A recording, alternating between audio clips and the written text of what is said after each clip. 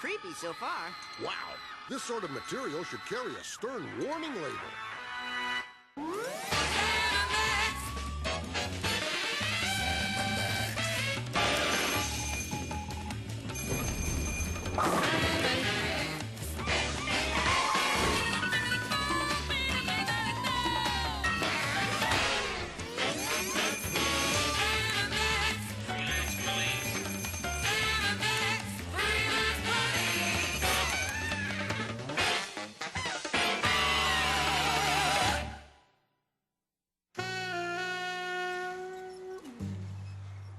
Here's what we've got to go on.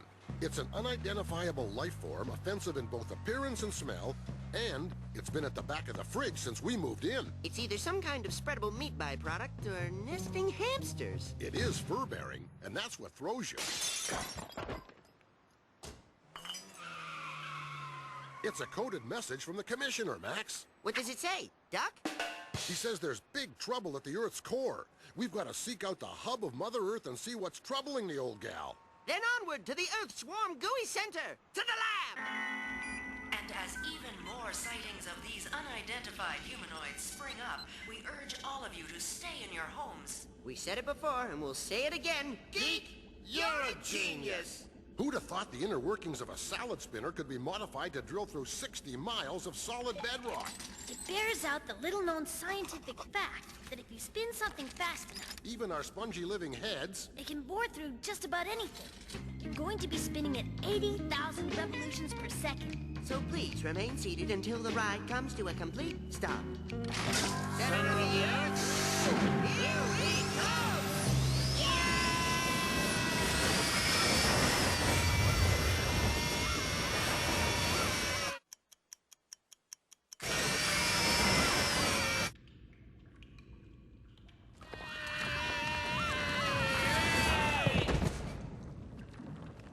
Wowee! The world truly is a carousel of color. There's drama and mirth in old Mother Earth. And all of her secretions, you see.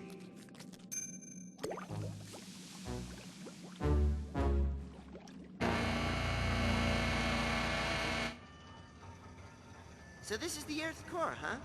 It's not so hot. Speak for yourself, little buddy. My hat band is working overtime. Holy jumping weasel fritters on a hot cross bun. Look at that. Do you realize what this means? No, but let me guess! The Earth is going to superheat and explode, thereby reducing everyone and everything to an imperceptible haze of drifting atomic particles. That's right! And that alone is motivation enough for us to go willy-nilly with the controls. We gotta cool this puppy down. Looky there, Max. It's a horde of murderous inner dwellers. When there are 5 or more, the correct term is a clock.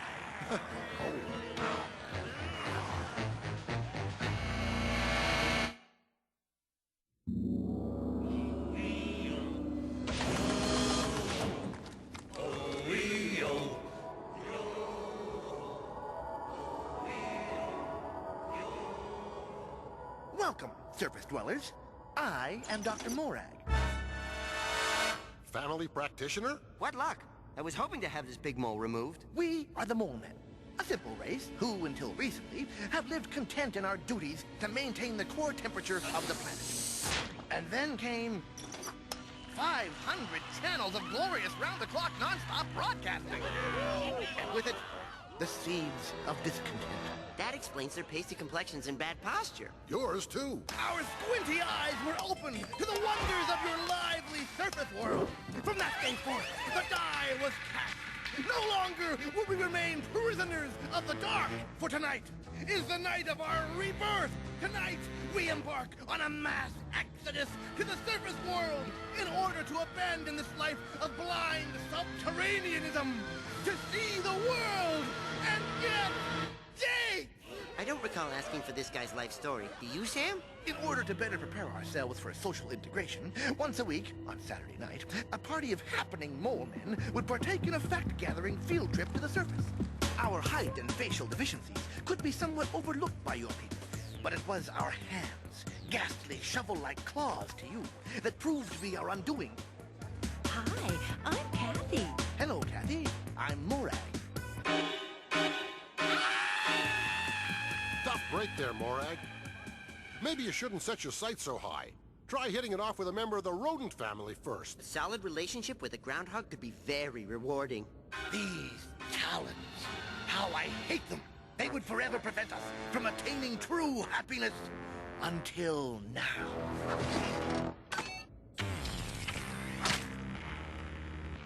With these lifelike synthetic hands, we can venture into the surface world with confidence. Nice hands. If you're a fielder for the Cubs. Say, there's a confident grip. Thanks to your throwaway society and their habit of burying everything in sight, we have mountains of plastic!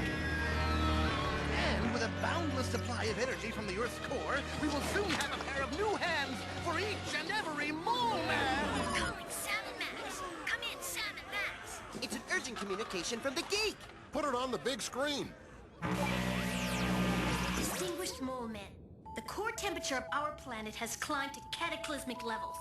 Unless you abandon this reckless course of action, it will reach critical mass within 2 days and will explode with the force of 1,000 suns. Morag, as a fellow person of science, I implore you, stop this madness now, before it's too late. No! We've come too far to stop now. We're so close to the realization of our dream. And the big singles mixer is tonight. But doctor, listen to reason. I have nothing further to say to you. Except that I'll be in town tonight if you want to get together. Gee, I was planning on washing my hair tonight. I think it's high time we threw the proverbial wrench into the works, don't you, Max? I'll say, now I can finally ditch this thing. Max, I didn't know you were a marsupial. Me neither. Whatever that is.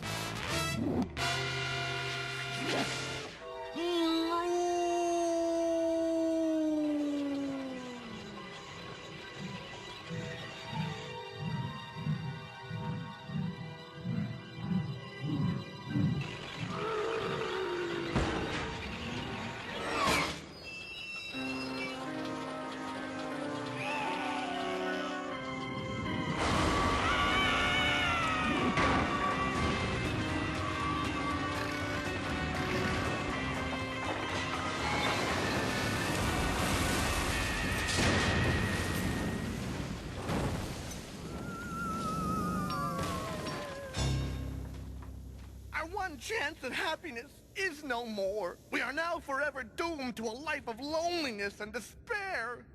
Thanks to you. Ah, don't thank us. Just doing our job. Seize them! Obviously sparing the planet cuts us no slack at all. Let's mull that over during an intense but invigorating fight sequence.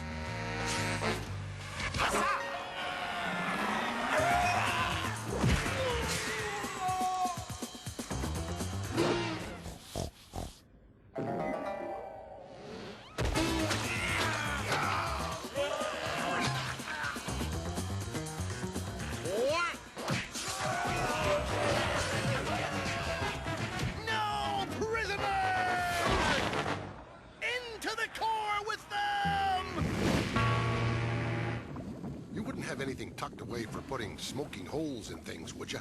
Just minty toothpicks. Then I guess this is the end. Look! Something there!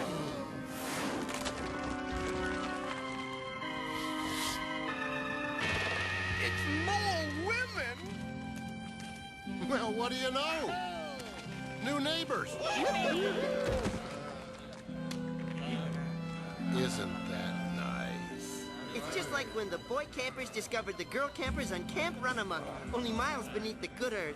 All's well that ends well, Max. The world is safe and the mole men have found true happiness. It's a beautiful thing, Sam. Let's leave. Yeah, I think they crave a little privacy. Actually, I'm deathly afraid of seeing them kiss. Ew. They're at it! Let's go! Let's go! Fare thee well, tiny mole folks. What's that smell? Oh, Max.